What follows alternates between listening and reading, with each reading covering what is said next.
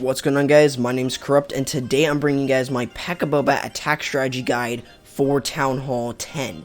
Now, this strategy is really flexible and is probably, again, one of the best 3-star options that you guys can use currently in the game. This attack just works super well at Town Hall 10 along with the bat spells. Just remember that your freeze won't last as long, so sometimes you may want to bring a max freeze rather than a max bat, but again, it's up to you in terms of what you want to bring.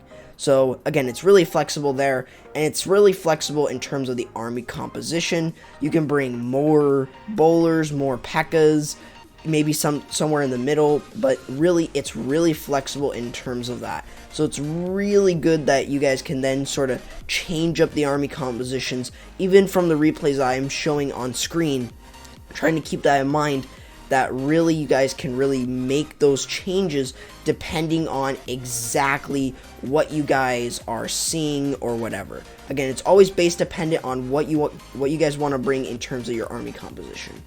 Usually with this attack in general, you're looking to at least get a good chunk of the splash before you actually get your bats in.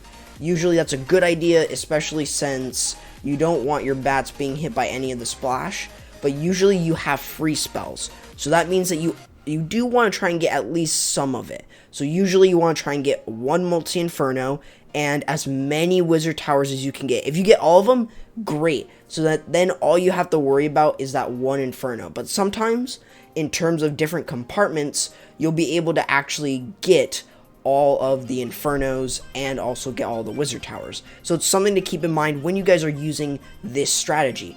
And when you're doing a mass Pekka format, usually if you're going to do that sort of style without bowlers in your regular army composition, then you're usually going to use wizards behind it to act as a funneled troop. The wizards are going to be there to carve out the funnel that the Pekkas didn't. Because Pekkas go for anything and sometimes they will miss a specific building.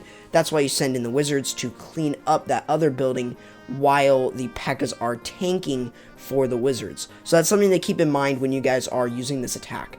Usually you are bringing bowlers within the wall wrecker. So that's something to keep in mind, and it's probably realistically the one thing that can really improve your attacks is using that siege machine. If you don't have that siege machine, then I encourage that you guys get Town Hall 12s. I can't say anything else. You can't do this attack without it. It's just really strong with it.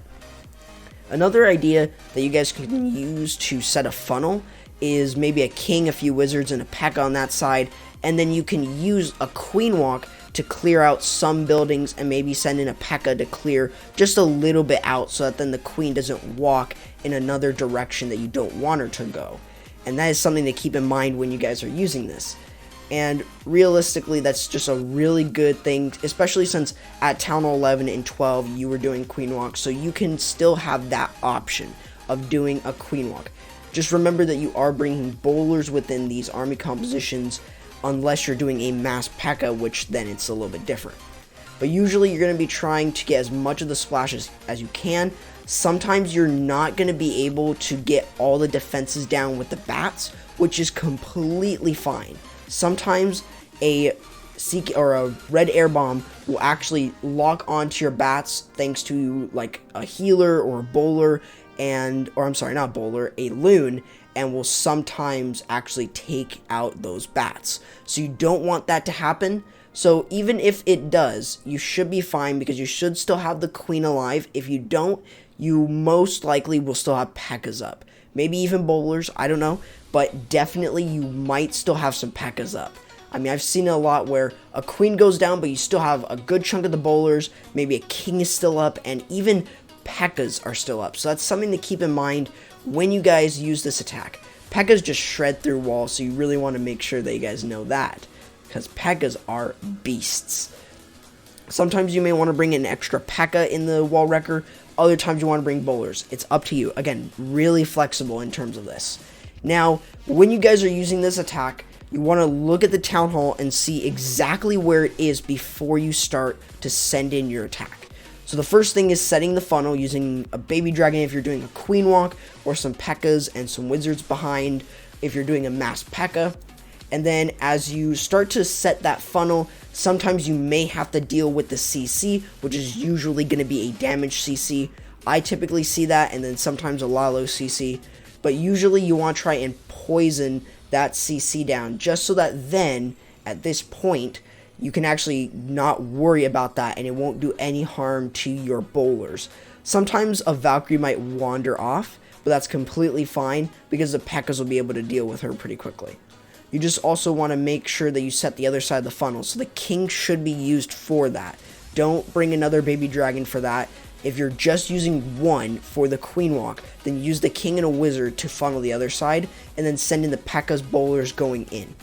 Usually going to use one rage spell in order to boost up the Pekkas and the bowlers. They both do really well under a rage spell, so it's something to keep in mind when you guys are using this attack. The next thing is to really use your rage spells whenever here. You don't have to save them for the bats. Just keep using them throughout the base to make sure that the bowlers get raged up a lot more, and make sure the Pekkas also get raged up because they will help in the long run. And then the other thing is using your bats and freeze in a bat wave portion.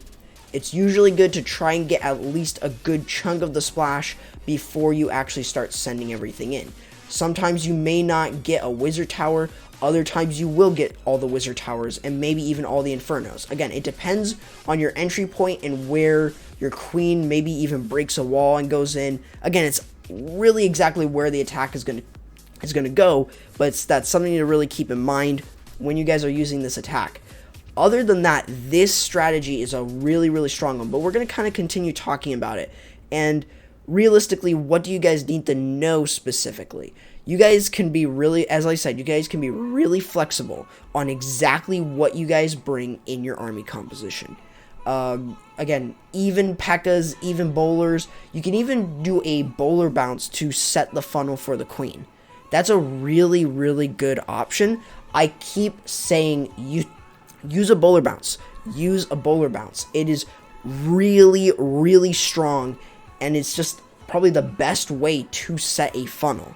I mean, this technique is really underrated, but it's super good.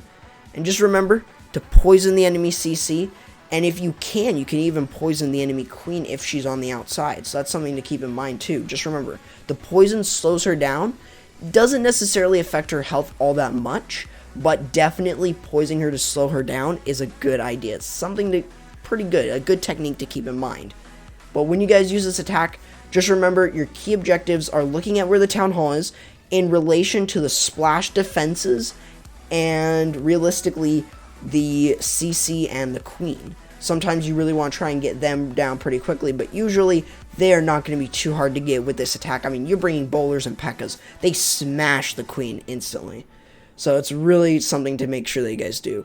Other than that, this strategy is really strong and something that you guys should really be thinking about. I hope that this video kind of helps you guys understand this attack and kind of gives you guys that understanding of the flexibility of this attack, understanding exactly how to use this, and then also exactly what you guys are going to be typically looking for, and also the wall wrecker placement. So if you guys did enjoy, leave a like, subscribe for more of my content.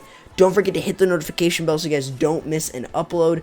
Also, if you guys want to go ahead and join the X of Humanity family Discord or my community Discord, those links are going to be in the description below. And if you guys want to go ahead and follow me on Twitter, feel free. The link to it is in the description below. Hopefully you guys did enjoy, and I'll be seeing you guys next time. Corrupt, signing out.